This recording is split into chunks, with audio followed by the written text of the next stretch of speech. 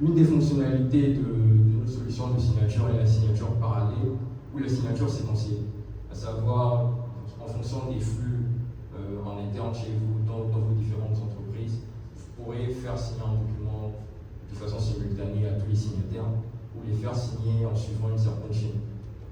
Ensuite, nous avons la possibilité de faire signer plusieurs documents avec notre solution de signature ou un document, ou un dossier de documents. Nous avons la possibilité de faire une relance auto ou manuelle, sachant que la solution de signature électronique fait, dans le cas où la transaction n'est pas signée par les signataires, dans un délai de 3 jours, où c'est personnalisable en fonction des besoins du client, une relance sera faite de façon automatique, où l'utilisateur ou l'initiateur de la transaction de signature pourra relancer ses différents signataires par le canal email. Ensuite, nous avons un archivage sécurisé. Dans nos cas encore, il faut savoir que notre solution est hébergée au Bénin, le data center national. Du coup, en termes de réglementation, tout ce qui est conformité API, stockage des données, vos signatures sont hébergées en local au Bénin. Ensuite, l'un des cas qui pourrait être intéressant en cas de litige, c'est la fiche d'audit. La solution permet de générer une preuve que X, Y ont lieu assigné à X ou Y période.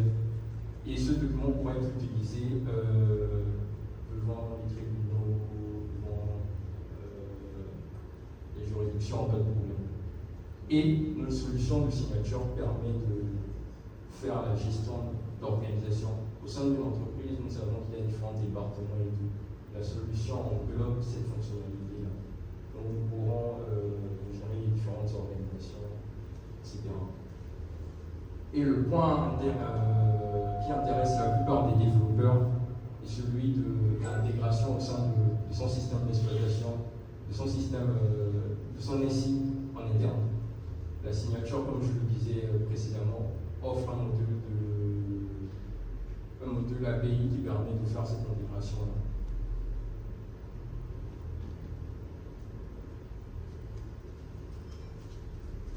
Il faut savoir que dans le cas de notre solution, l'utilisateur, ou du moins les utilisateurs, seront, je vais dire, en contact avec 3 types d'interfaces. La première interface, c'est la signature web app. C'est cette interface qui est accessible à tous les utilisateurs qui auront un compte sur la solution, qui veulent créer un compte sur la solution. Elle permet de gérer les transactions de signature, de faire le suivi en temps réel des transactions, de gérer son compte ou ses comptes ou les comptes de l'organisation qui a été créée. Et un espace développeur pour tout ce qui est intégration API, etc.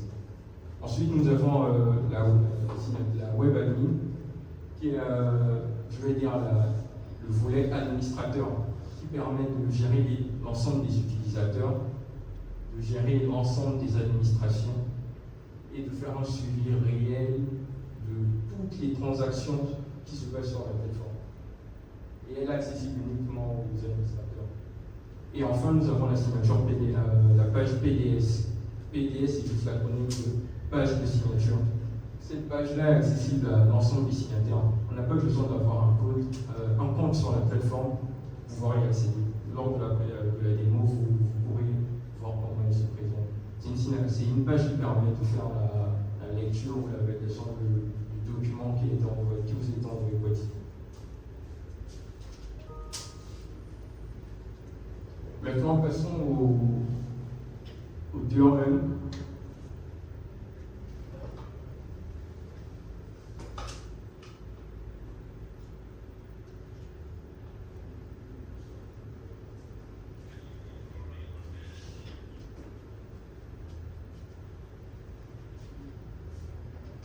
Ceci est la page, la web app dont je parlais, qui est accessible à tout utilisateur. Cette page-là permet de créer son compte ou de se connecter une fois qu'on a le. Actuellement, pour la création d'un compte, vous n'avez qu'à renseigner un email. Si vous voulez, on peut créer un compte d'une personne qui permettra de mieux illustrer le fonctionnement de la signature. Ou si vous voulez, s'il y a un volontaire, il peut me donner son email et puis on va lui créer un compte. Ok,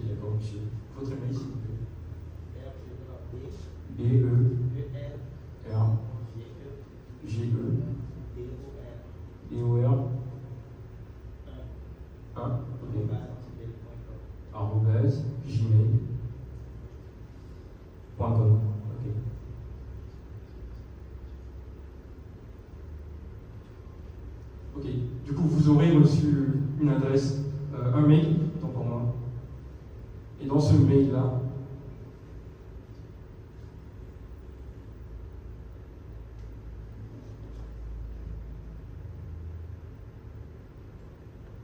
pour illustrer pour les personnes qui n'ont pas, pour mieux illustrer la création du compte,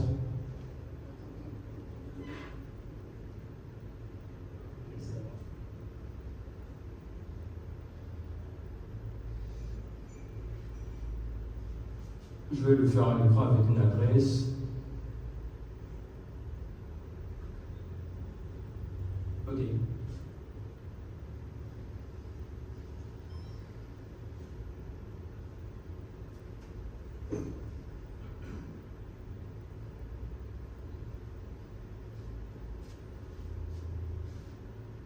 Je vais me connecter au web client, mais pour vous montrer comment le mail est.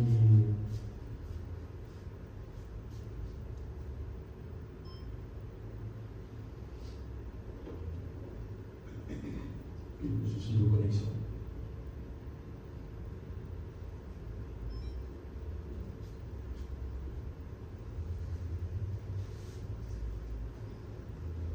En gros, le processus de création d'un compte sur la plateforme n'est pas du tout compliqué.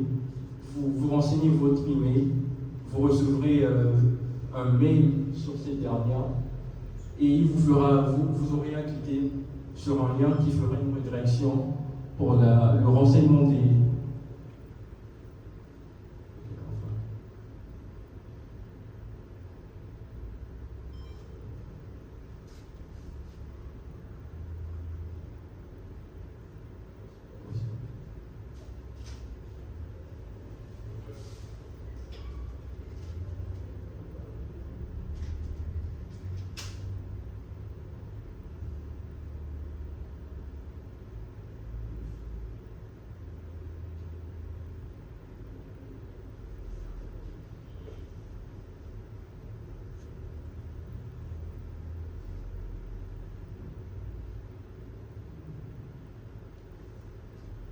Je vais le faire avec une adresse personnelle, une autre adresse personnelle.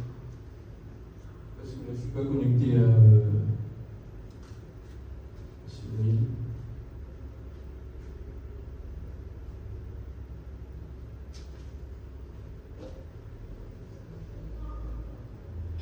Une fois que vous aurez fini de remplir les champs, vous n'aurez qu'à faire signe. Et puis nous allons vous connecter sur la.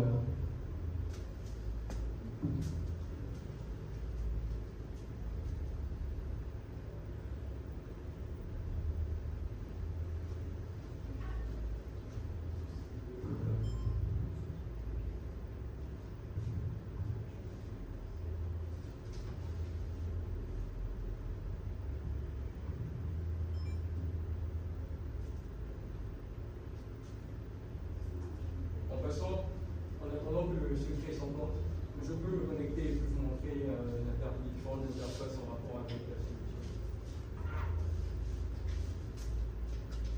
Alors, voici comment la solution se présente, ou du moins le dashboard se présente.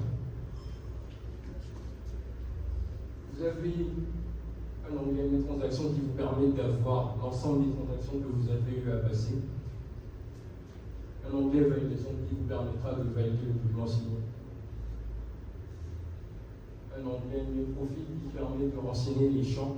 Et ce sont ces champs-là que le monsieur est en train de renseigner dans son process de création d'un compte, à savoir son nom, son prénom, son numéro de téléphone. Et c'est sa langue, sa fonction. Alors, dans le process de signature, comme je le disais, il se passe en 3 étapes max, ou 4 étapes en fonction de la configuration que vous souhaitez avoir.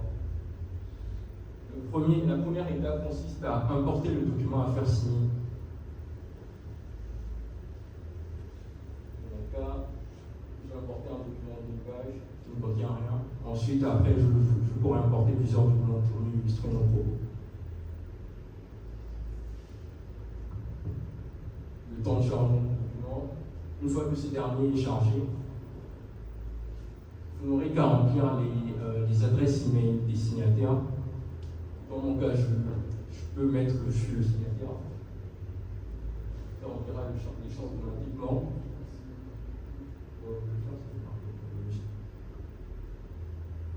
Je veux ajouter un autre signataire. Dans le cas, ce sera le monsieur Bergidor. Ou si vous voulez, on peut avoir d'autres signataires. Le signataire n'a pas besoin d'avoir un compte créé. C'est juste son adresse.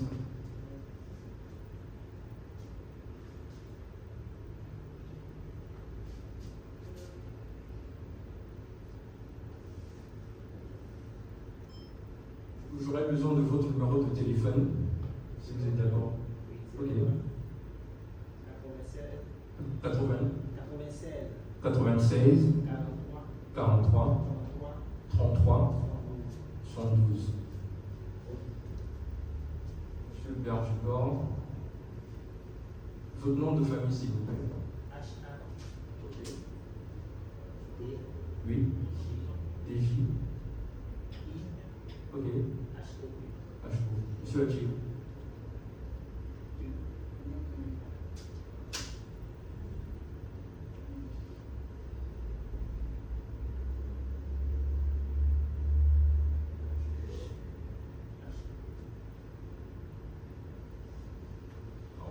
gmail.com.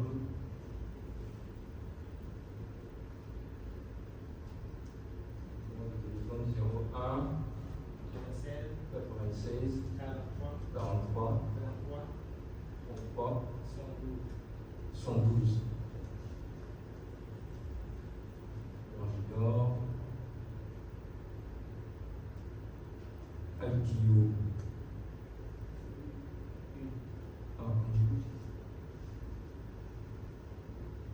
Après avoir renseigné les informations liées au signataire, nous avons la possibilité d'activer certaines fonctionnalités avancées, à savoir le partage des documents ou la date d'expiration de cette signature, si vous voulez mettre la pression au signataire. Pour ce qui est du partage de documents, cette fonctionnalité sert dans le processus de signature. Elle peut être comparée à un visa, à partager le document que nous souhaitons signer à une personne qui pourra vous donner un avis sur le fait que vous signez ou pas dans le processus de signature. Et cet avis pourra être donné par un autre canal de la plateforme.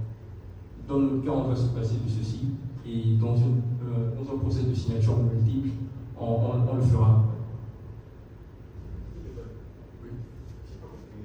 Ok, je disais tantôt, cette fonctionnalité de partage de documents peut être comparée à un visa. Dans le processus de signature, vous renseignez les champs des signataires. Une fois que vous aurez renseigné les champs des signataires, vous donnez au signataire la possibilité de partager le document à une tierce personne. Le document qui sera partagé à la tierce personne, cette dernière pourra vous faire un retour, je ne sais pas, par exemple dans le cadre d'une administration, le DAF avant de signer un document a besoin de la validation du DG. Il pourra partager ce document au DG. Le DG n'aura pas signé le document, il aura juste donné un avis sur le fait qu'il signe ou pas. Et cette fonctionnalité répond justement à ce besoin-là.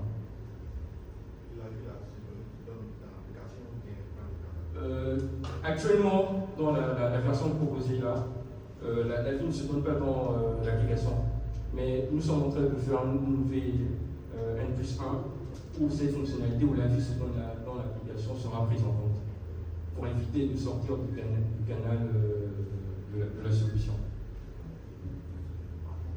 Pour ajouter, cette solution n'est pas une solution de gestion de documents. Donc, lorsqu'on utilise cette solution, en réalité, il n'y a aucune modification qui est censée être apportée au document. Mais c'est vrai qu'on peut imaginer que l'équipe a travaillé sur un document, le document est validé, mais il faut s'assurer que le document qui a été validé avant d'être chargé au niveau de logiciel de signature, ça soit bien le même et qu'il n'y ait pas eu de modification. C'est pour ça que ce partage de documents, si par exemple le DG doit signer, le DG va dire à son DAF ou son responsable juridique, valide-moi que c'est bien le bon document, et et il valide, il dit c'est bon, et là le DG signe. C'est un peu ce cas d'usage-là, parce qu'on a eu un utilisateur qui nous a fait cette remarque, et dans le domaine des assurances d'ailleurs. Et comme vous l'avez bien, la question est pertinente. Pour l'instant, le retour doit être fait en dehors par un autre canal. La validation doit être faite par un autre canal, mais avec les évolutions de la solution, on va l'intégrer directement dans la solution.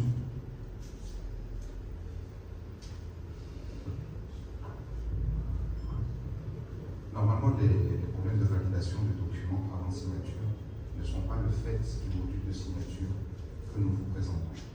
C'est fait en amont par la GEC, par la GED, qui effectivement valide ou par n'importe quel système qui valide le document. Mais c'est vrai qu'on a de plus en plus de demandes pour un module de signature pour des entreprises qui n'ont pas la partie GEC, la partie GED, et qui veulent quand même pouvoir valider que la personne signataire peut bien signer ce document. C'est en particulier utile lorsqu'il y a des délégations de signature et la personne qui est déléguée pour signer a besoin quand même pour certains courriers de l'avis de celui qui lui a délégué le pouvoir de signature. Voilà, donc ça couvre une partie de la validation. Vous savez que dans l'administration, on peut avoir jusqu'à 5-6 validations pour un document. Normalement, c'est fait avant. Pourquoi? Comme l'a dit Ola, celui qui valide peut avoir besoin d'un nouvelle modification. Et là, c'est pas possible. Là, c'est le document qui est là, qui va être signé, avec aucune modification par un des signataires. Je ne sais pas si ça clarifie.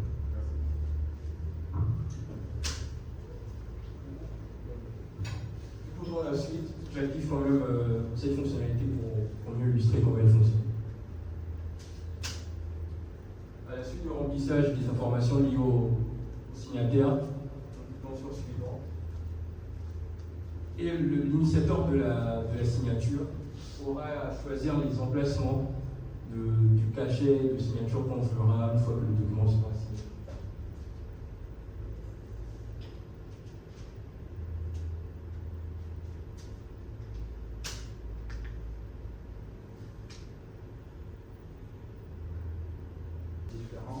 C'est quelque chose qui n'a pas de... il ne faut pas qu'on confonde une signature électronique avec une signature manuelle. Donc la recommandation, c'est de ne pas... Parce que quand vous importez une signature, donc la troisième option qui vous a été montrée, importez ce que vous voulez, mais n'importez pas votre signature scannée. Importer la signature scannée n'a pas de sens. Mais bon, certains le font parce qu'on est en zone de transition, il n'y a pas encore cette habitude et cette confiance dans ce que c'est que la signature. Ok.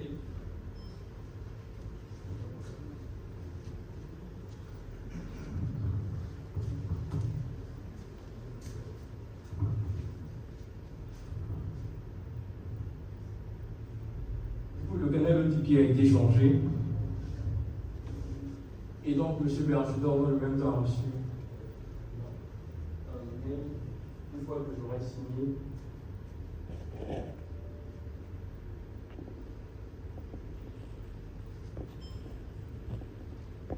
Je reçois un email qui me donne le code OTP de signature que je vais renseigner, sachant que ce code OTP a une durée d'expiration de 15 minutes et ceci peut être configuré selon les besoins de l'entité ou de l'organisation.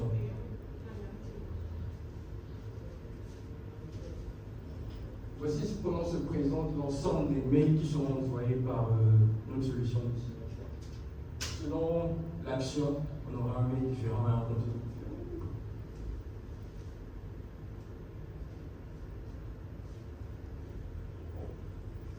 Donc je renseigne ce code OTP et tout simplement je vais assigner le document. Si nous avons préalablement eu l'ensemble des données requises, des données en rapport avec le destinataire, ce process-là il se fait en moins de 2 minutes. Et je pense que M. Bergibor a reçu le mail. Et il fera face à la même interface, le même process. Il aura signé à l'endroit qui a été préalablement choisi pour qu'il appose sa signature. Il aura à consentir sur la page PDS qu'il reconnaît qu'il est en train de signer un document. Parce que, vous savez, en termes de signature, il faut consentir. Il faut s'assurer que la personne qui a signé a vraiment signé. Vous avez signé?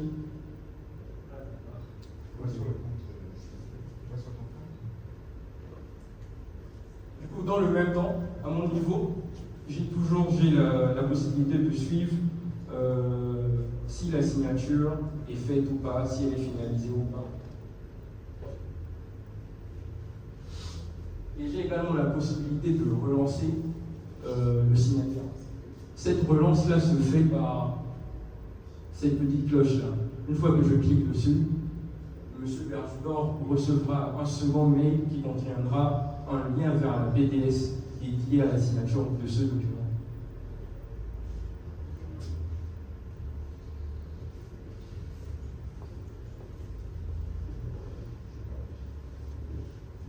M. Bergibor va se connecter sur son client.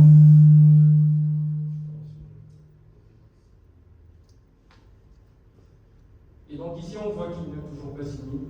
Et dans mon cas, comme je disais, une signature datée, on a l'heure, la seconde précise à laquelle j'ai signé le document. À cette étape-là, je peux télécharger le document, mais on ne verra que mon cachet apposé sur la signature.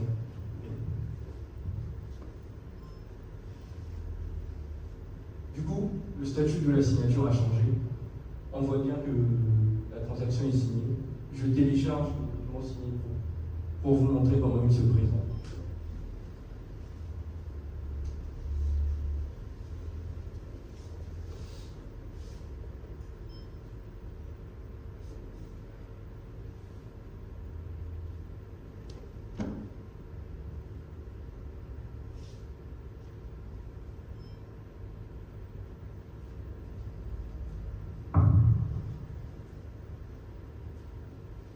En vrai, c'est un document vide, mais à la fin, aux endroits où j'ai eu à poser les différents cachets de signature, je verrai ces cachets-là qui comportent mon nom et la date et l'heure à laquelle j'ai eu à signer. Dans le cas où j'aurais eu à importer une photo, une image de ma signature manuscrite, même si ce n'est pas recommandé, cette image-là se présentera ici. Et il faut savoir que ce cachet-là est personnalisable en fonction de l'organisation dans laquelle je suis.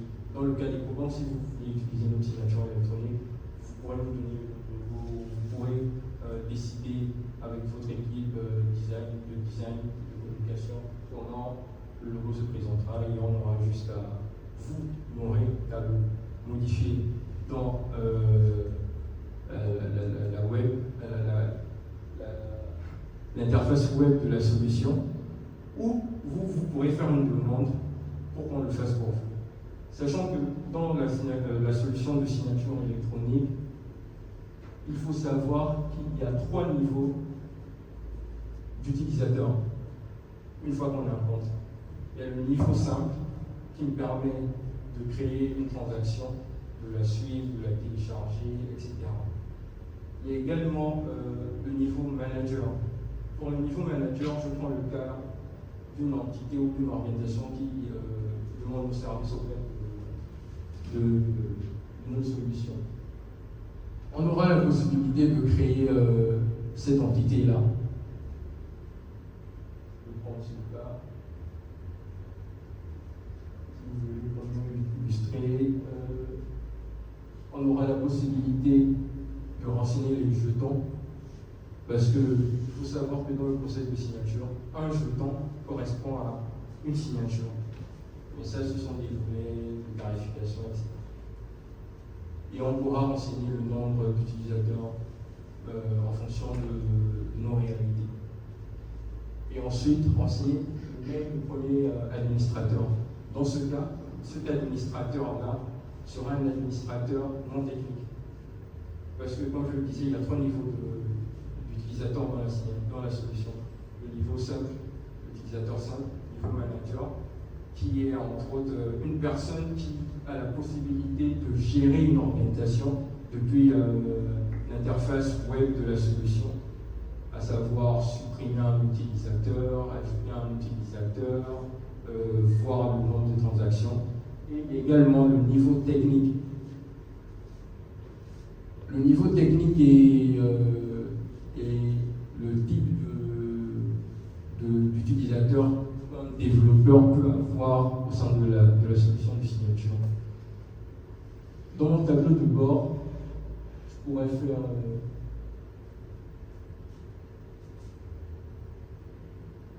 un tri et on remarque que cet utilisateur-là a la fonctionnalité API activée. Et donc cet utilisateur peut faire des appels API, utiliser notre solution de signature pour l'intégrer au sein d'un système externe ou d'une solution externe. Et pour utiliser cette fonctionnalité d'intégration, il aura besoin de générer un token API. Et cette génération se fait au niveau de cet onglet-là, développeur, qui est tout en bas. Il aura la possibilité de générer le token. Dans mon cas, j'ai déjà eu à le générer, mais c'est tout simple, je peux encore le générer. Donc l'ancien ne sera plus valide. Et nous n'affichons pas tout le code token directement sur l'interface pour des raisons de sécurité, parce qu'une personne peut se connecter et utiliser le vôtre. Bien que vous aurez la possibilité, une fois que vous intégrez la solution, de suivre les différents appels qui sont faits avec ce token-là. Et également, une des fonctionnalités très importantes et qui a été demandée par les développeurs qui ont déjà intégré cette solution, c'est celle du positionnement du cachet. Parce que quand je passe par la partie API, je ne suis pas obligé de passer par la web app. Du coup, je fais tout avec le code de mon application interne. Et souvent, je peux avoir besoin de prédéfinir un emplacement où les cachets seront apposés sur le document de signature. Et dans ce cas-là, pour une personne qui ne s'y connaît pas avec les coordonnées de la signature que le cachet peut avoir sur le document de signature, il n'aura qu'à charger un document. Dans mon cas, je prends encore le document qui a déjà été signé. Et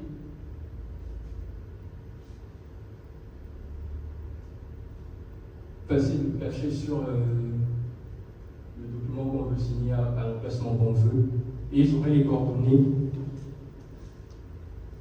que j'aurai intégrées dans les collectes Postman, dans les collectes au sein de mon application interne. Il faut savoir que pour l'intégration d'une solution, vous avez besoin du code OTP, du document PDF en version PDF. Vous aurez besoin de le convertir en base 64. Vous aurez besoin des emails des destinataires, de leur numéro de téléphone, et du fait de donner la possibilité aux signataires, en passant par l'API, soit de choisir l'emplacement du cachet eux-mêmes, ou de prédéfinir, dans le cas où je remplis ces champs, l'emplacement du cachet qui sera posé sur le document signé finalement.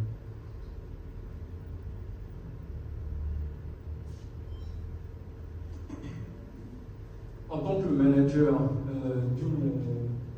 d'une équipe ou du moins d'une organisation, j'ai la possibilité d'avoir un dashboard qui me présente l'ensemble des stats, ou du moins des statistiques qui sont en rapport avec mon organisation.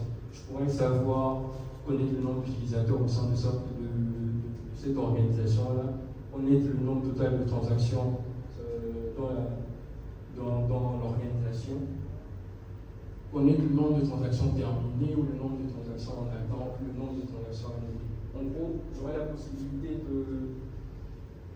d'avoir toutes ces informations-là dans cet espace. Et j'ai également la possibilité de télécharger ces transactions-là en format CSV pour des besoins de l'audit, etc. Et il faut savoir que quand on fait une signature électronique, comme je le disais, il y a un document, une preuve d'audit qu'on pourra utiliser en cas de litige. Dans notre cas, ce document d'audit se présente comme suit.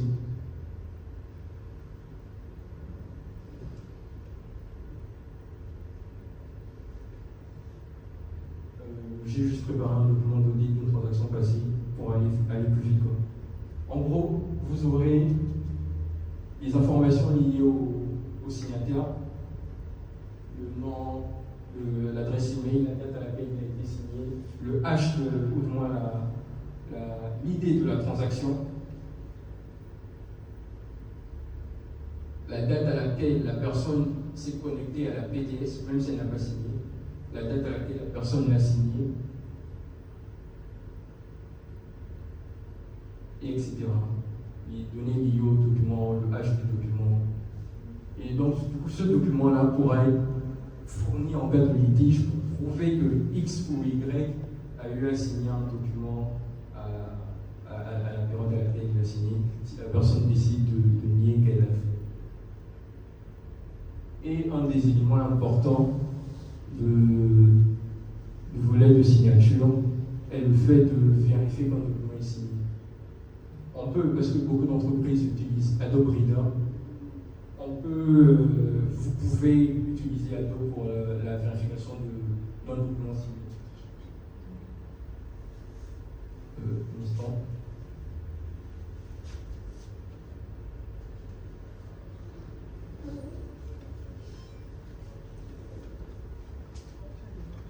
Quand vous ouvrez un document signé électroniquement,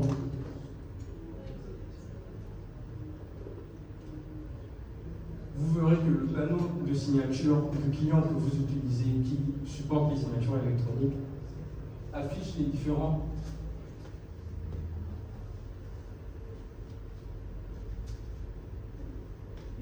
cachets, les différentes méthodes venues en rapport avec chacune des signatures. Et si je m'amuse à prendre ce document et que je le modifie, ces cachets disparaîtront sur le document. Ils ne seront plus visibles. Je peux prendre le document, je le convertis en Word, je m'amuse à ajouter des signatures ou du contenu dans ce document. Vu que le hash du document sera modifié, l'ensemble des cachets présents, on voit ici, vont disparaître automatiquement. Du coup, cela prouve que le document a été modifié après signature. Je crois que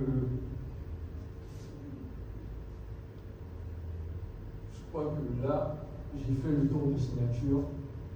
Vous avez la possibilité d'uploader plusieurs documents, de choisir les emplacements. Et pour tout ce qui est information de notre solution, nous avons une landing page qui présente tout ce qui est lié à la signature et aux fonctionnalités.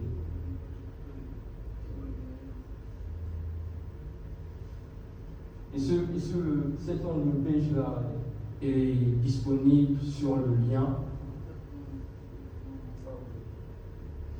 solution.signature.vds.africa.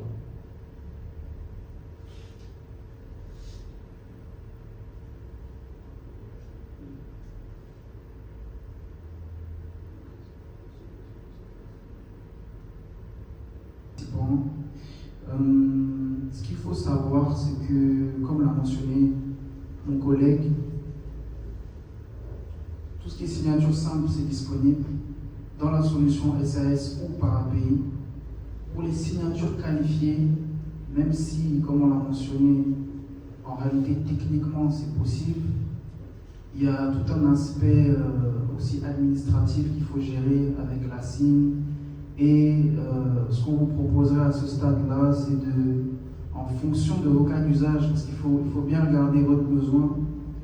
Au niveau de votre besoin, si jamais il y a une nécessité de signature qualifiée qui en général est exprimée par votre service conformité ou votre service juridique, à ce moment-là, on se réunit et on fait la démarche ensemble avec l'État, parce qu'au Bénin, ce qui est signature qualifiée, c'est avec l'État qu'on doit interagir, et on met en place les choses. Donc, c'est pour dire que on vous invite en tout cas à continuer les échanges. On pourra sûrement mettre en place des solutions déjà, à commencer par la signature simple, et ensuite, en fonction des besoins, évoluer vers la signature qualifiée. Si vous avez des questions aussi, on est disponible. Oui, je vous passe le micro.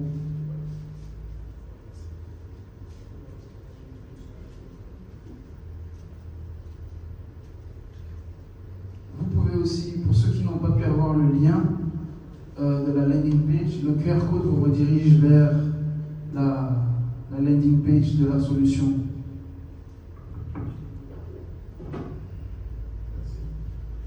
J'ai quelques questions. Il y a, pour être sûr d'avoir compris le parcours, quand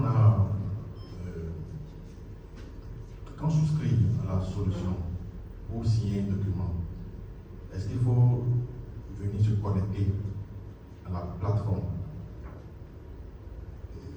Et quand j'ai un client que je veux qu'il signe, je procède comme vous l'avez fait avec notre collègue, c'est bien ça le parcours. Maintenant, lorsque ce collègue, par exemple, s'est connecté, est-ce que lui-même a la possibilité de faire signer d'autres documents? Non. Okay. Ma deuxième question, c'est le document que j'importe pour signer sur votre plateforme. Elle est sauvegardée où? Est-ce qu'elle est conservée sur la plateforme? Et si oui, quelle est l'assurance qu'il y ait vraiment une séparation entre mes documents à moi et les documents d'un autre client à vous? Et quelle est l'assurance que mes documents ne seront pas consultés par vos équipes?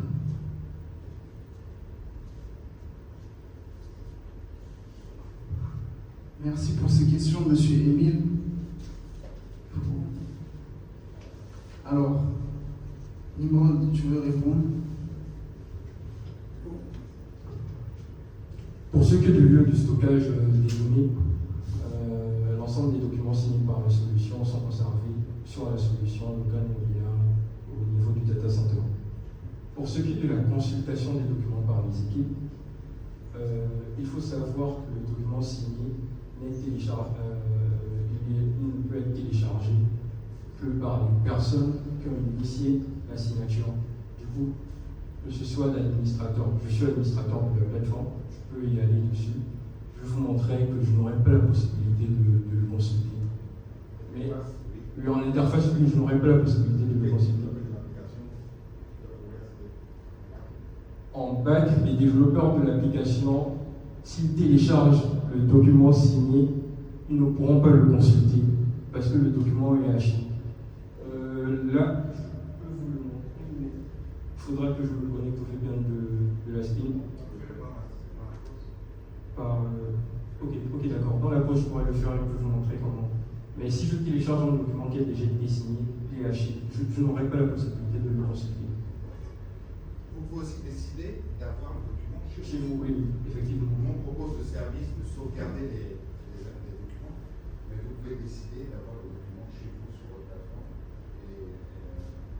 On ne peut pas le consulter de façon cachée et vous définissez les paramètres ou les autorisations de qui peut consulter quoi. Et c'est pour ça qu'on a deux niveaux de management, le technique à qui on peut ne pas autoriser à voir le document, et puis le manager ou le DG qui peut voir le document au niveau des administrateurs. Il y a deux niveaux d'administrateurs, un qui peut voir, un qui ne peut pas voir. J'ai une question par rapport au tarif. Comment on fait l'interface? Comment on fait un appel?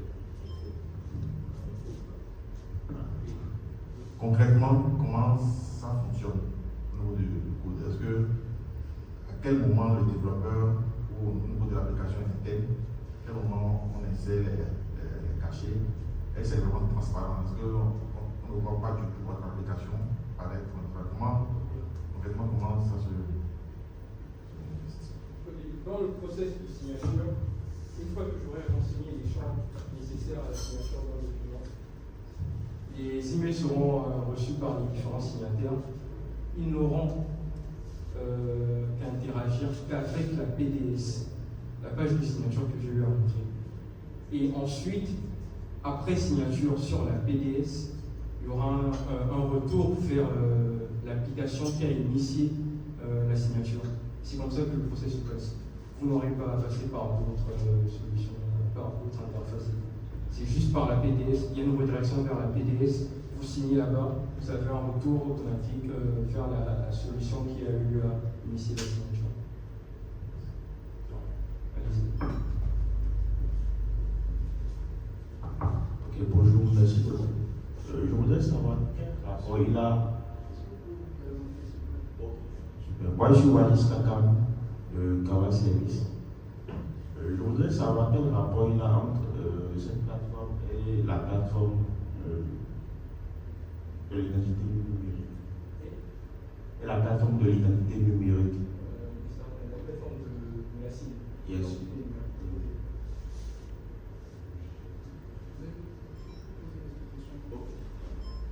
Et après ça, j'ai aussi une autre question liée à l'API.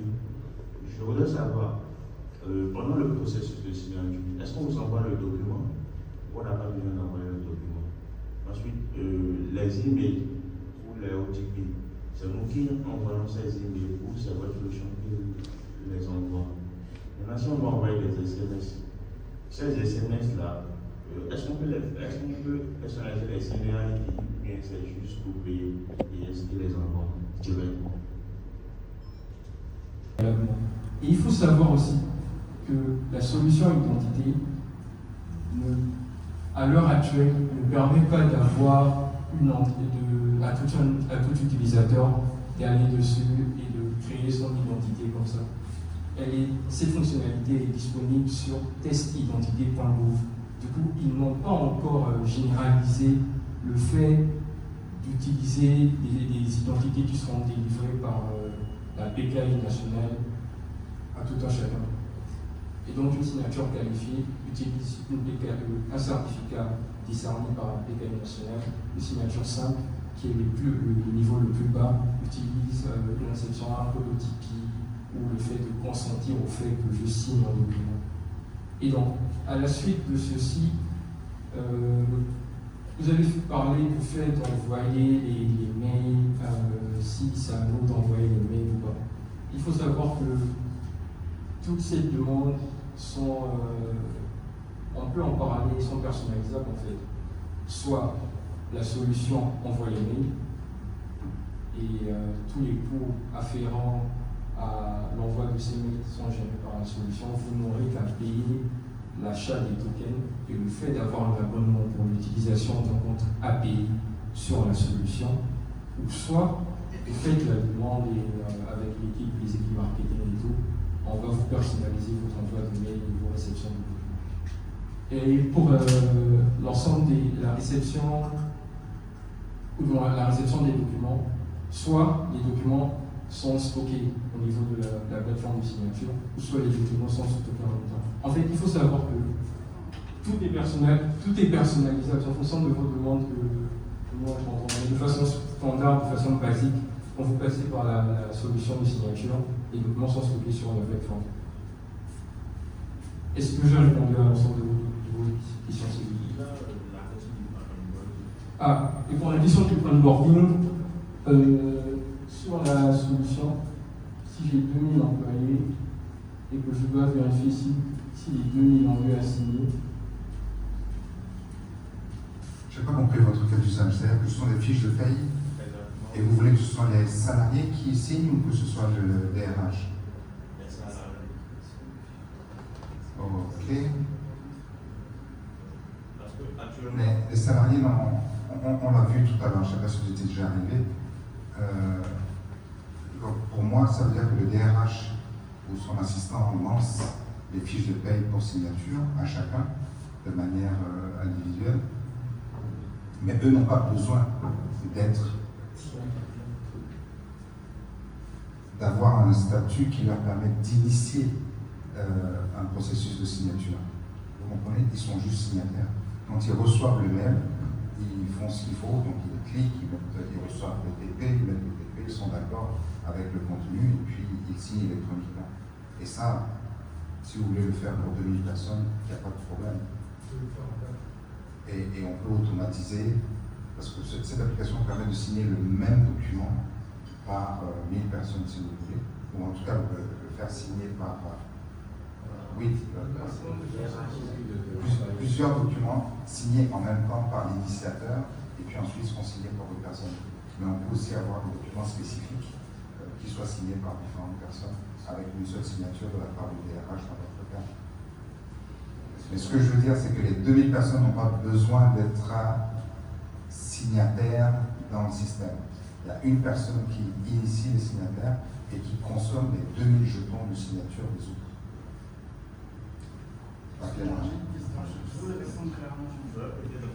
Je complète. Dans votre cas, vous avez 2000 employés qui doivent signer. Donc chaque employé, en fait, il est signataire. L'employé n'a pas besoin d'être onboardé. Il n'y a aucun onboarding nécessaire. C'est-à-dire que moi, je suis employé. Je reçois un mail. Dans le mail, il y a le document. Je clique. J'arrive sur une page de signature où on me demande de signer électroniquement. Je signe électroniquement. Avant de signer, on m'identifie par OTP. Et une fois que j'ai reçu mon OTP, j'ai mis le code, j'ai signé, c'est fini. C'est vraiment très simple. On l'a montré un peu tout à l'heure, mais il n'y a pas besoin d'onboarding. Est-ce qu'on a bien répondu à la question que vous avez posée sur quand il y a un appel à pays, est-ce que vous nous envoyez le document ou pas? Ok.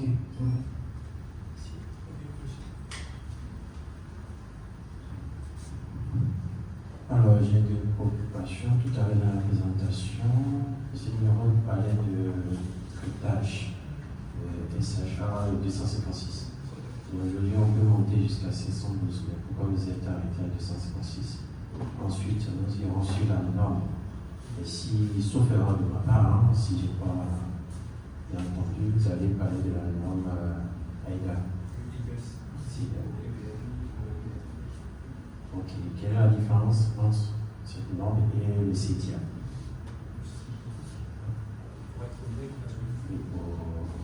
Si ça rentre dans le cadre de la mise en œuvre aussi, voilà. Merci.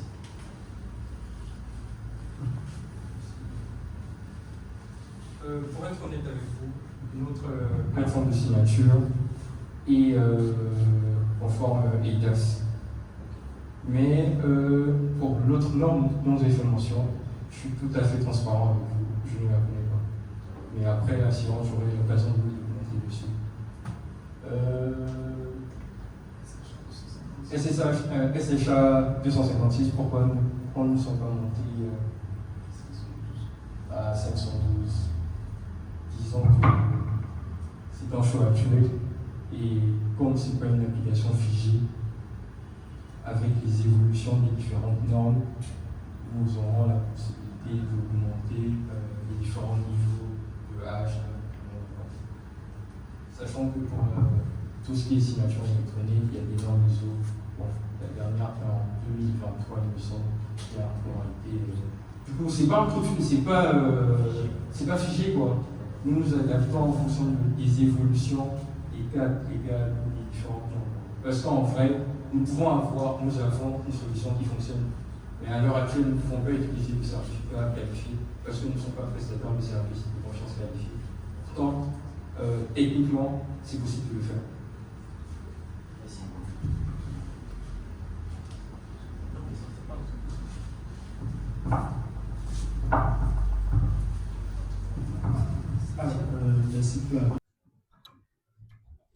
En fait, Odoo, à la base, c'était beaucoup plus pour la gestion côté RH, côté comptabilité. Et une fois que nous avons adopté l'outil, on a constaté qu'il y avait un module de signature intégré à l'outil, en fait. Donc, on s'est dit, pourquoi ne pas utiliser, vu qu'on payait déjà pour l'utilisation de l'outil, pourquoi ne pas profiter en fait de tout ce que l'outil proposait. Voilà. Et juste dernière question pour vous avant que je donne la parole aux autres intervenants. Vous diriez qu'en interne, à part le cas d'usage où les contrats étudiants sont signés électroniquement, quelles sont les deux ou trois grosses utilisations de la signature électronique chez vous? Je peux prendre l'exemple du service des moyens généraux qui l'utilisent pour la signature des bons de commande, des factures fournisseurs et autres. Également au niveau des RH pour la signature des contrats de travail. Voilà.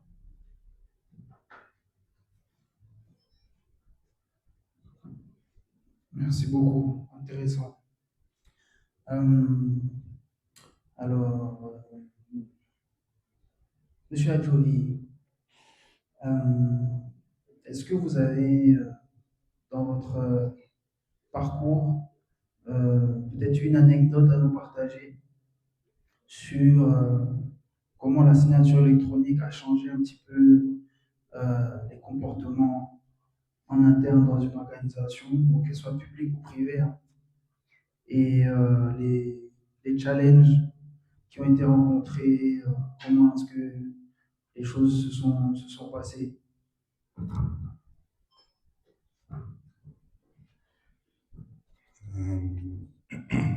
Merci. Je veux juste rajouter sur ce qui vient d'être dit, que la signature électronique au niveau d'Epitech est aussi utilisée pour les fournisseurs, puisque je suis aussi prestataire au niveau d'Epitech et mon contrat a été signé par signature électronique. Je n'ai pas d'anecdote en particulier. Ce que je peux dire, c'est que, comme j'ai dit tout à l'heure, la signature électronique va devenir un module indispensable pour pour les grandes entreprises. Il y a aujourd'hui des implémentations qui ont cours. Euh,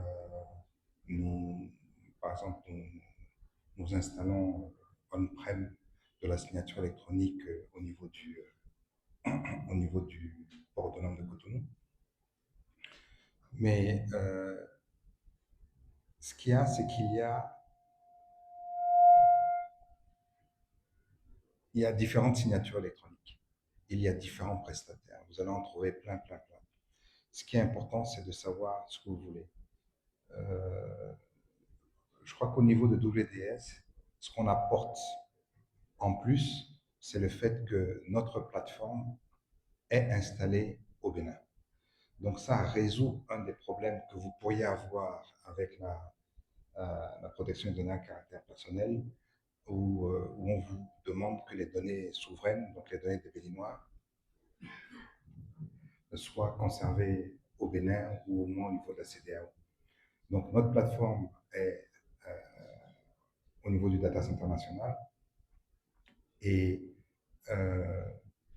le fait que ce soit là nous permettra de nous développer avec les contraintes qu'il y a au niveau des clients, au niveau des entreprises béninoises. Aujourd'hui, il y a, ça a été dit, de la signature électronique qui existe dans l'administration. Je crois que tous les ministères, au niveau du cabinet du ministre et de ses collaborateurs directs, ont de la signature électronique et ont normalement aussi de la GEC. La GEC pour les autorisations préalables et puis la signature. Mais c'est un produit qui leur est propre, c'est un produit qui a été développé à l'époque par la CI, qui est maintenu par la CIN, avec une seule signature. Il n'y a pas toutes les facilités, toutes les fonctionnalités que vous avez pu voir, ou avec une signature, vous signez plusieurs documents, ou alors avec où vous avez plusieurs signatures sur le même document, etc. Donc c'est un cas un peu particulier, et on a d'ailleurs vu le ministère des Finances, le ministre des Finances qui dit ah ben, moi c'est bien, mais ça ne suffit pas. Donc il allait chercher un autre prestataire de signature électronique qui avait un peu toutes les fonctionnalités qu'on vous a présentées là. Donc il utilise une fonctionnalité différente. Et beaucoup de prestataires, beaucoup de clients. Ça fonctionner avec le module signature sur Odoo. On a la capacité de redévelopper ce module-là toujours dans l'environnement autour, en fait. Donc, c'est un peu dans cette stratégie-là que nous sommes.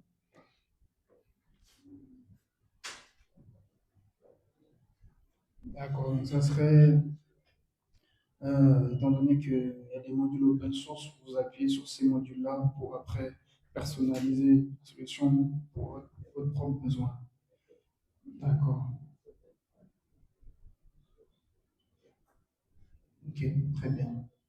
Hum, Aujourd'hui, qu'est-ce qu'on peut voir? D'accord, oui, allez-y. Puisqu'il a simplement abordé la question, je vais poursuivre dans la même dynamique. Est-ce que l'USD peut faire des audits, pas forcément pécuniaires, hein, en entrée? Est-ce que vous êtes capable de faire des audits sans pour autant nous amener la facture? Parce que autant que nous sommes ici, hein, la question elle est dans la tête de tout le monde. Mais bon, c'est un peu ça. Vous n'êtes pas gentil avec moi, monsieur. Les employés, il faut que je les paye à la fin du mois quand même. Non, vous savez, depuis que je travaille dans le numérique, une des difficultés que j'ai, que nous avons avec les équipes avec lesquelles je travaille, c'est de convaincre les personnes avec qui je discute qu'il faut aller vers une digitalisation de leur process. C'est pour ça que la signature électronique, on en parle aujourd'hui, mais on n'en parle pas comme étant une solution isolée. Vous n'allez pas vous lever un matin et dire, voilà, je vais acheter de la signature électronique. Vous allez le faire parce que vous êtes dans un cadre de digitalisation de vos process et vous pensez que la signature électronique est une partie de la solution. On a parlé ce matin de maillon du processus et c'est exactement ce que vous disiez tout à l'heure pour Epitech, c'est dans votre processus de migrer sur Odoo open source que vous allez travailler sur ce chaînon-là. Donc c'est important de regarder ça globalement. Et c'est ça mon discours. Et donc, le discours, il faut qu'on le porte. Et c'est pour ça que la manière dont on fonctionne au niveau de WDS, d'abord, c'est que on est toujours prêt à faire de la vulgarisation au sein d'une entreprise, par exemple. On vient, on explique les choses. Typiquement, beaucoup de gens ne font pas la différence. Ils parlent de signature digitale, de signature électronique, bon, sans qu'on sache vraiment ce que c'est. Donc là, il faut clarifier un peu le vocabulaire. Et bien entendu, on fait ce qu'on appelle des audits high level, donc sommaires, où effectivement, on regarde essentiellement les process et on mappe les process. Et comme dans tout processus de digitalisation, on vient dire, mais pourquoi vous faites ça? Est-ce que vous êtes sûr que ce que vous faites là, vous en avez besoin? Est-ce que ça, vous ne pensez pas qu'on pourrait le digitaliser facilement? Est-ce que, voilà, c'est notre rôle, une fois qu'on a fait ce mapping-là, c'est de poser les questions qui permettent à l'entreprise de se dire, voilà vers où je vais aller. À moins et même si l'entreprise a déjà une direction, une stratégie, une vision de ce qu'elle veut faire, c'est toujours bien d'avoir quelqu'un un peu d'extérieur qui vient lui poser des questions. Donc c'est vrai qu'on fait ces audits légers, sans facturer, euh, mais bon, on limite ça dans le temps parce que pour une organisation comme la vôtre, certainement, si on voulait rentrer dans tous les détails, ça nous prendrait beaucoup, beaucoup de temps. Et là, vous verriez notre facture. C'est sûr. Merci. C'est vrai que nous, on va permettre d'automatiser certains audits très simples. On va le faire avec avec notre site web. Mais sur des projets comme ça, c'est vrai que souvent il faut aller de manière approfondie. Donc on ne peut pas tout automatiser, il faut qu'on puisse intervenir.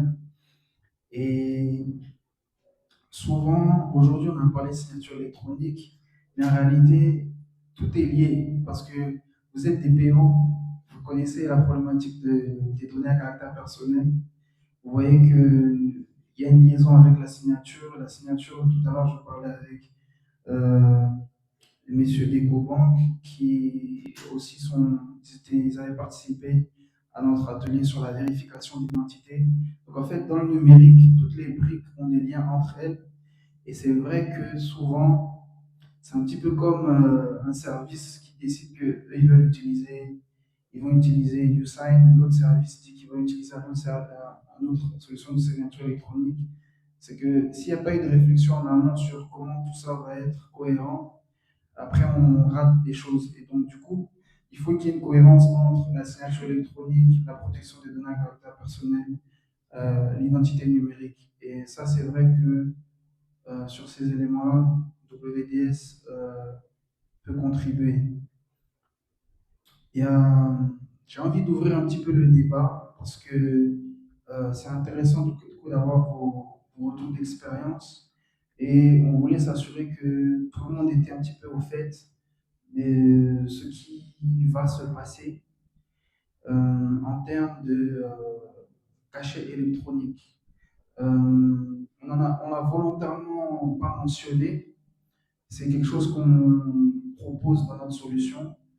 Euh, mais on n'est pas sûr que tout le monde dans la salle est familier avec le sujet. Si je parle de cachet électronique visible, est-ce que ceux qui connaissent peuvent lever la main? Non. Ok. Dans ce cas-là, je vais peut-être demander à M. Adjovi de nous expliquer un petit peu de quoi il s'agit, quel est le lien entre un cachet électronique visible et une signature électronique, le lien ou la différence. Et ce que vous pouvez nous dire sur le Bénin aujourd'hui et le cachet électronique visible. Qu'est-ce qu'on peut dire là-dessus? Merci. Le cachet électronique visible est un des services de confiance numérique, au même titre que la signature électronique. Son utilisation est différente de la signature électronique. Un cachet électronique visible a pour rôle de valider des informations qui sont à l'intérieur d'un format répétitif. Ce que je viens de dire n'a aucun sens, mais je vais donner un exemple. Au jour d'aujourd'hui, je pense que tous, vous avez votre NPI, votre numéro personnel d'identification, et que vous avez eu l'occasion de demander un acte de naissance sécurisé à l'ANIP. Sur cet acte de naissance sécurisé, vous avez un QR code. D'accord? Un cachet électronique visible, ce serait de mettre un QR code, mais contrairement à ce qu'ils ont fait, ce serait un QR code qui serait avec une norme bien particulière et qui sécurise le contenu du document. Ce que moi je demande comme acte de naissance à l'ANIP, et ce que vous demandez, c'est la même chose. La seule chose qui change, c'est mon nom, enfin mes prénoms, mon nom, le nom de ma mère, de mon père, ma date de naissance, etc. Mais le format en lui-même et les champs, c'est toujours pareil. Et donc, c'est pareil pour les diplômes. Aujourd'hui, tous les diplômes, pour être sécurisés, pour qu'on sache qu'ils sont authentiques, auront un QR code. Ce QR code, alors, on peut mettre n'importe quel QR code pourvu qu'il soit lisible par une certaine personne. Mais si on utilise un cachet électronique visible qui répond à des normes internationales, ça veut dire que tout le monde pourra vérifier qu'effectivement, le contenu de ce document est authentique. Donc, c'est quelque chose qui va arriver. Nous avons des QR codes sur beaucoup de documents maintenant, de l'ANIP, bien sûr, mais regardez du ministère des Finances aussi, etc. Donc, l'administration, à travers la CIN, a l'intention de généraliser un cachet électronique visible de l'administration Et donc aujourd'hui, il y a des projets qui concernent l'ANIP, qui concernent la CIN, qui concernent la NAT, donc pour les permis de conduire, voilà, qui concernent l'administration fiscale. Donc il y a un certain nombre de projets comme ça. C'est différent de la signature. La signature, je dirais, c'est une transaction. Le cachet électronique visible, c'est beaucoup de documents du même type dont on veut sécuriser et authentifier et avoir la capacité d'authentifier le contenu de ces documents-là. Moi, je dirais, pour prendre des exemples qui n'existent pas encore, aujourd'hui, les assurances délivrent des attestations d'assurance qui sont signées par chacune des assurances, même si l'assurance, la police d'assurance est vendue à travers un courtier. Vous me dites si je raconte n'importe quoi. Hein. Moi, je dirais, ça peut très bien être généralisé avec non pas la signature de l'assureur, mais un cachet électronique visible qui soit validé par l'ensemble des assureurs. Ce qui n'empêche pas que c'est leur police d'assurance, c'est pas celle de l'autre. Et il y a des moyens de faire qu'effectivement chacun y trouve son compte. Mais ça garantit la validité du document et on peut vérifier, n'importe qui peut vérifier l'authenticité du document, que ce soit les forces de l'ordre ou quelqu'un d'autre.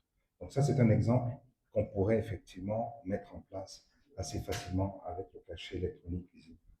Donc ça, c'est quelque chose qui vient et qui vient en force. Les diplômes, enfin, les cas d'usage sont en train de...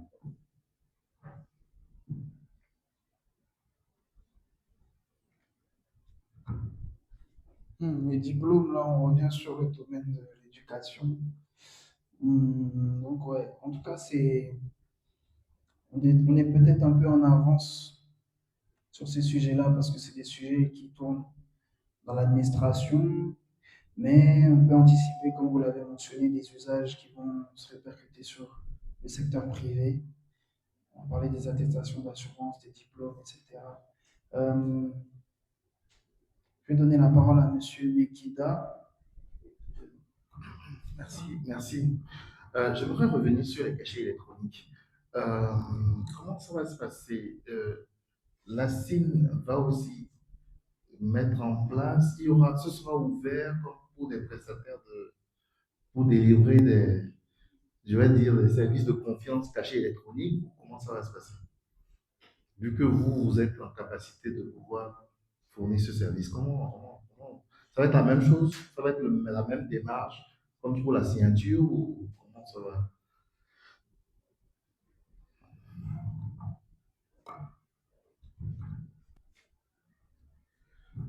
Bon, nous sommes en train d'installer la plateforme de cachet électronique visible au niveau de la CIN. La CIN va fournir ce service-là à différentes administrations. Pour l'instant, il y a 5 administrations sur lesquelles sur lesquelles la CIN travaille avec nous pour leur fournir le cachet électronique visible, mais ce sera généralisé à l'administration. La CIN n'a pas vocation à fournir ce type de service au secteur privé, même si des fois ils vont vers des sociétés d'État, ce contre quoi on se bat un petit peu, mais bon, c'est comme ça. Euh, donc, moi, je pense qu'une société privée ne doit pas compter. Si en tant que consultant, vous travaillez avec un organisme public et que vous voyez qu'il y a un besoin de cachet électronique visible, absolument, il faut que vous contactiez la CIN et que vous voyez comment intégrer cette structure-là avec son cas d'usage dans ce que la CIN est en train de faire. Mais si vous travaillez pour une société privée, ou si vous comptez une société privée, il faut voir quel est le cas d'usage et acheter directement auprès d'un des prestataires de services de confiance électronique le cachet électronique visible. Il faut voir qu'un cachet électronique visible, il y a beaucoup de paramétrage. L'aspect technique ne diffère pas beaucoup de la signature électronique, puisqu'en fait, on signe le document avec un certificat électronique pour qu'il soit sécurisé et non modifiable. Mais il y a cette partie QR code où il faut de la visibilité, il faut la partie branding, donc il faut qu'on voit la marque, il faut qu'on différencie les QR codes. Voilà. Donc il y a beaucoup de paramétrages. Le projet est un peu long, mais une fois qu'il est en place, c'est vraiment, il fonctionne sur des quantités, sur du volume, et c'est donc très intéressant et très efficace. Mais la SIN, administration publique, et les prestataires de services de confiance pour le privé. C'est ce que je recommanderais.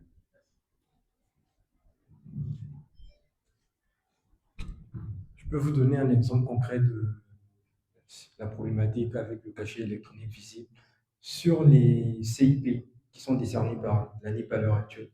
À un moment, il y avait une polémique qui disait que quand on scannait le QR code qui est présent sur le CIP, on avait une redirection vers un lien chinois. Et ça posait, c'était entouré sur le net et tout. Avec le cachet électronique visible, une fois qu'il sera généralisé, peut-être sur le document CIP, je n'en sais rien, on pourra scanner le document. Tout utilisateur pourra, si la SIN le décide, d'authentifier le document et de savoir si véritablement il est authentique ou pas. D'autres préoccupations? Pour répondre à ta question, pour mon expérience à moi, je n'ai pas vraiment rencontré de contraintes en termes d'utilisation avec certaines personnes, que ce soit les fournisseurs, ou que ce soit dans la procédure de signature d'un contrat de travail ou autre. Je n'ai pas entendu parler de réticence. Donc, je dirais, je parle de mon environnement, hein, donc, par rapport à mon expérience, je dirais que ça passe assez bien avec les gens. Donc, je ne sais pas si c'est toujours le cas dans les autres environnements ou dans les autres boîtes, mais de notre côté, je dirais que ça va. Merci beaucoup pour la question. Alors, du côté de la généralisation du Bénin, vous savez, la demande est venue directement du personnel. Parce que vous savez, quand vous prenez des documents officiels, vous les entrez dans des démarches administratives hors de votre périmètre professionnel. Parfois, vous avez des deadlines pour fournir ces documents. Soyons factuels sur certaines choses.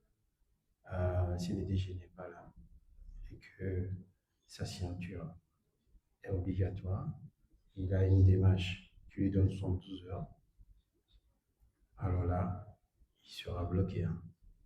Donc, on a fait d'abord un audit, mais quand les plaintes sont montées, on a fait un petit brainstorming. Et voilà, il n'y a pas eu de blocage, plutôt d'adhésion à la solution pour y aller. Merci beaucoup.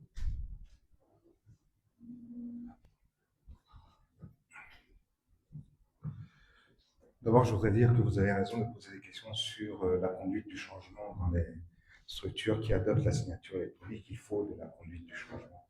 Il faut qu'il y ait une acceptation du changement d'habitude, donc une adoption des nouvelles technologies. Et souvent, ce n'est pas simplement la signature électronique, c'est la signature électronique et d'autres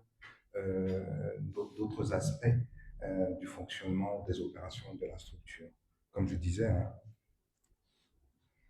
quand on met en place de la signature électronique, on en profite pour digitaliser un process. Et donc, quand on digitalise un process, on change le process habituel, traditionnel, en quelque chose d'autre. Et c'est tout ça qu'il faut adopter, ou faire adopter par les personnels.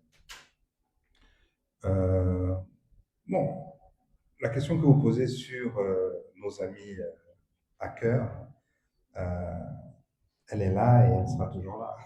Donc, nous sommes dans un créneau de service de confiance numérique, c'est-à-dire qu'a priori, si les process de signature électronique ou de cachet électronique visible sont bien suivis, on a le cryptage, on a les différents niveaux de sécurité.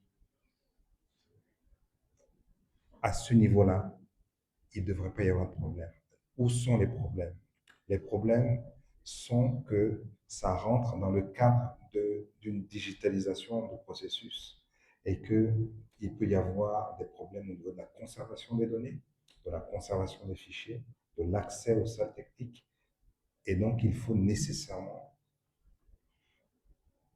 que cette évolution ou cette innovation digitale s'accompagne de plusieurs choses.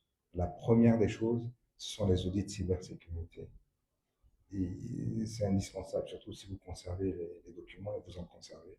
Ça, c'est quelque chose qu'il faut faire de toutes les façons.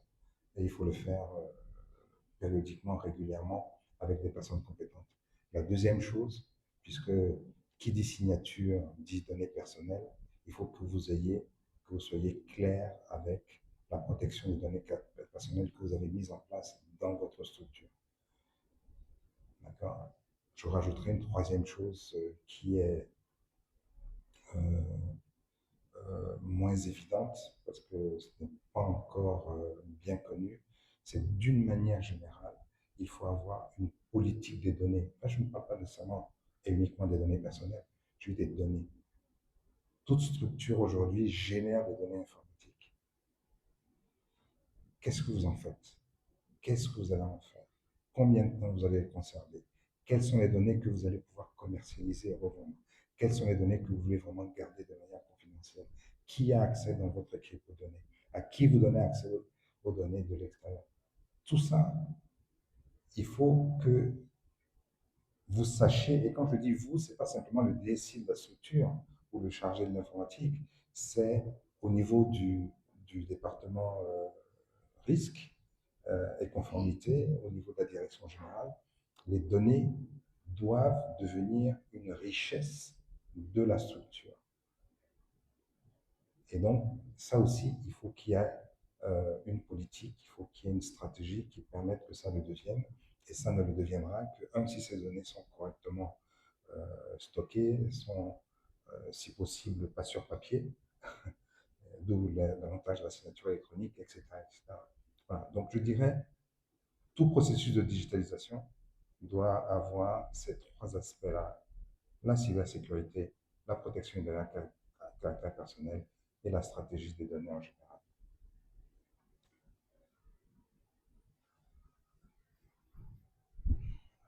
Merci beaucoup. Pour un peu aussi alimenter les menaces, ce qu'il ne faut pas négliger.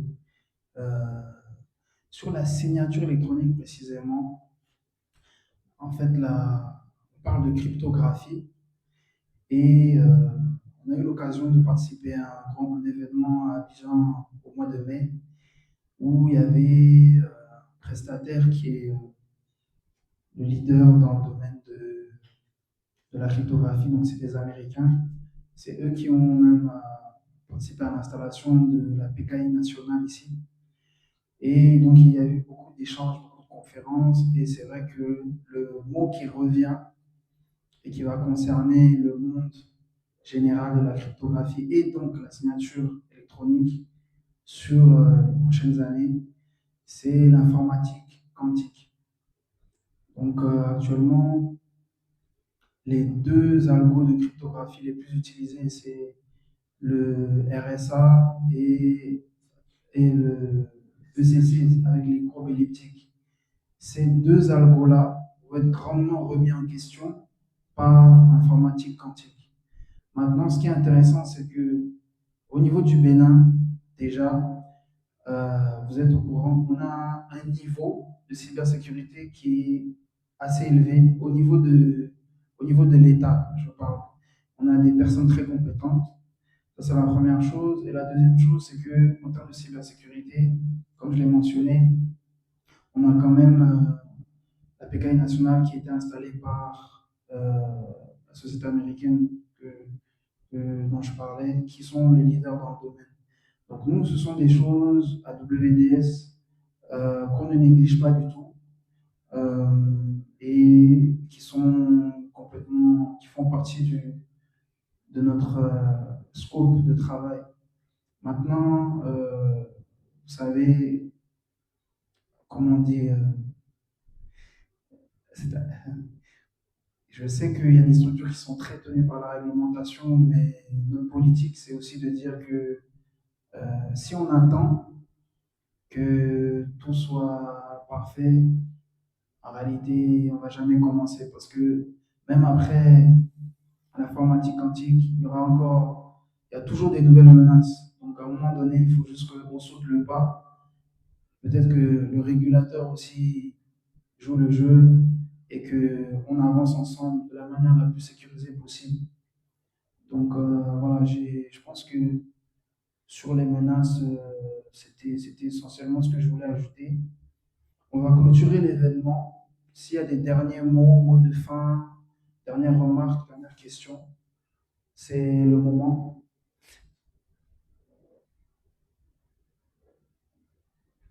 J'avais juste une petite question pour Marie de Eiffel. Juste pour savoir, les contrats que vous signez avec les employés, tout ça, vous les faites homologuer par la direction du travail?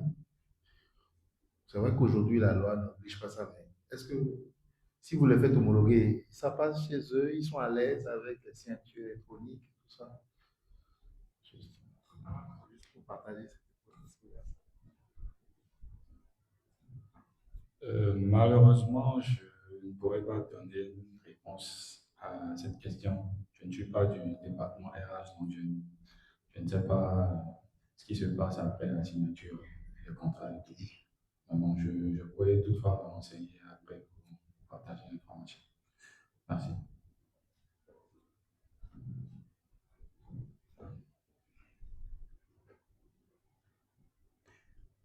On va laisser être Adjoui dire le mot de la fin. Et après, monsieur Adjapa. Bonjour à tous, c'est la première fois que j'assiste donc à ce format d'échange et de séminaire. Je voudrais dire bravo à WDS de continuer par faire ça parce que je ne me suis pas présenté, je suis Léopold Adjapa, je suis le directeur exécutif du Conseil des investisseurs privés au Bénin. Et nous avons entre autres comme objectif de populariser l'importance de la donnée dans les sociétés en général et puis celles qui sont membres du CIPB. Bon, au CIPB, c'est les grosses structures globalement.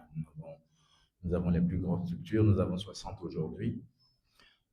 Je trouve très, très intéressant ce format parce que ce qui manque beaucoup dans notre travail d'évangélisation sur l'importance des données pour les structures, pour le secteur privé, c'est les cas d'usage. Je pense qu'ils ne comprennent pas toujours, en fait, ce que c'est que la donnée et son importance, et donc tout le processus de digitalisation qu'on a vu aujourd'hui.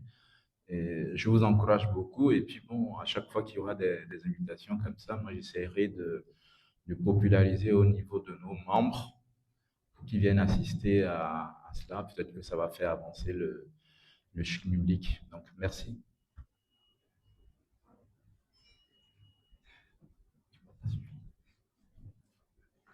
Merci beaucoup, M. Adjakwa.